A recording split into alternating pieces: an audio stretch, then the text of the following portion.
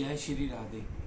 अब हम चैप्टर करेंगे 7 चैप्टर में क्या है, जो हमारा physiology and injuries in sports. सबसे पहले क्वेश्चन पूछता है वो हमारे से, फिजिकल फिटनेस के तत्वों को निर्धारित करने वाले शरीर क्रियात्मक कारकों का वर्णन कीजिए। फिजिकल फिटनेस के कौन कौन से तत्व हैं वो मैंने आपको बता ही रखा है, शक्ति, लचक, गति, तालमेल संबंधी योग्यता और लचक। ठीक है, इसको कौन कौन से तत्व प्रभावित करते हैं मैं आपको इकट्ठा ही बता देता हूँ।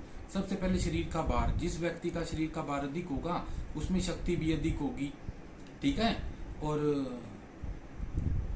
सहन क्षमता कम होगी, उसकी गति कम होगी। ठीक है, और उसकी शक्ति अधिक होगी क्योंकि वो इन खेलों में कामयाब रहेगा, पावर लिफ्टिंग, वेट लिफ्टिंग और बॉक्सिंग, रेसलिंग वगैरह खेलों के लिए। दूसरा, मांसपेशीय संरचना। आपको पता ही है प्रत्येक व्यक्ति के शरीर में 2 प्रकार के टिश्यूज होते हैं, श्वेत रक्त फाइबर और लाल रक्त फाइबर। जिस व्यक्ति के शरीर में श्वेत रक्त फाइबर की संख्या अधिक होती है उसकी स्पीड और उसकी शक्ति अधिक होती है। हर जिस व्यक्ति के शरीर में लाल रक्त फाइबर की संख्या अधिक होती है, स्लो ट्विन फाइबर, उसकी सहन क्षमता अधिक होती है और लचक अधिक होती है। आपने बड़े अच्छे तरीके से इसको स्टडी कर लिया है। तीसरा, आयु। जैसे जैसे आयु बढ़ती है शक्ति भी कम होने लगती है, लचकता भी कम होने लगती है, गति भी कम होने लगती है, सारी चीजें जो है ना कम होने लगती हैं। और बच्चों में फ्लेक्सिबिलिटी जो है ना बड़ों की अपेक्षा ज्यादा होती है, आपने इस चीज का ध्यान रखना है। जोड़ों की संरचना, जोड़ों की संरचना भी जो है ना ये प्रभावित करती है। नेक्स्ट क्वेश्चन हमारा, व्यायाम का हृदय वाहिका संस्थान पर प्रभाव। वेरी इंपॉर्टेंट क्वेश्चन है। सबसे पहले हृदय रोगों से बचाव, रक्त प्रवाह में वृद्धि, हृदय दर में वृद्धि। उसके बाद पूछता है मांसपेशीय संस्थान पर प्रभाव।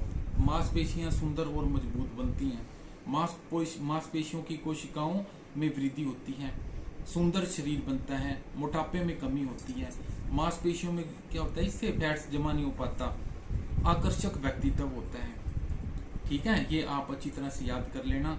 रक्त प्रवाह और मांसपेशीय श्वसन संस्थान ये दोनों एक ही हैं, आप इसको अच्छी तरह से याद कर लेना, ये पेपर में जरूर आएगा। आप बड़ी अच्छी तरह से इसको आराम से याद करके और आराम से इसका आंसर भी लिखना। नेक्स्ट हमारा क्वेश्चन है, खेल चोटें किसे कहते हैं, कितने प्रकार की होती हैं। खेल चोटों के कारण और जो है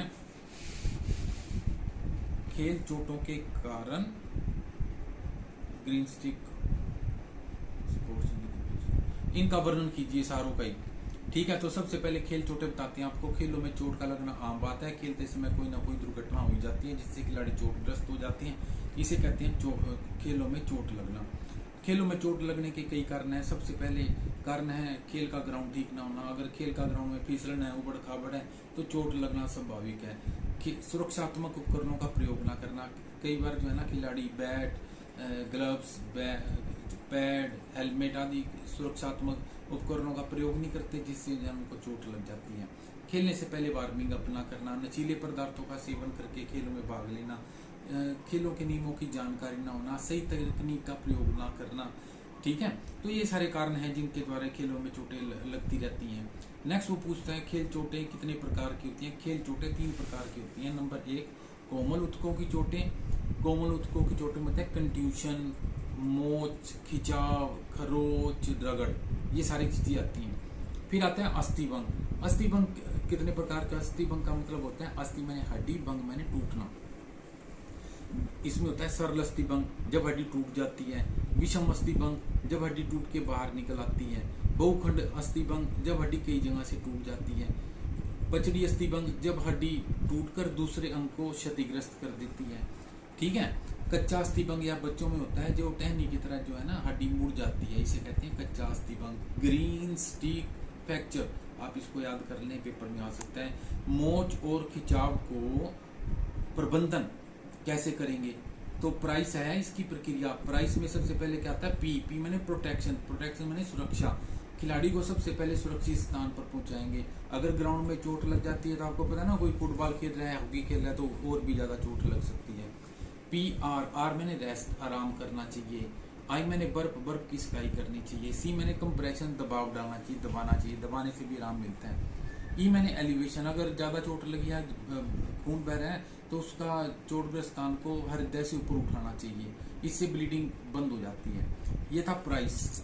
ठीक है बच्चों, आप और बाकी सारी कैसे याद करेंगे, बाकी सभी का प्रबंधन हम किस प्रकार करेंगे।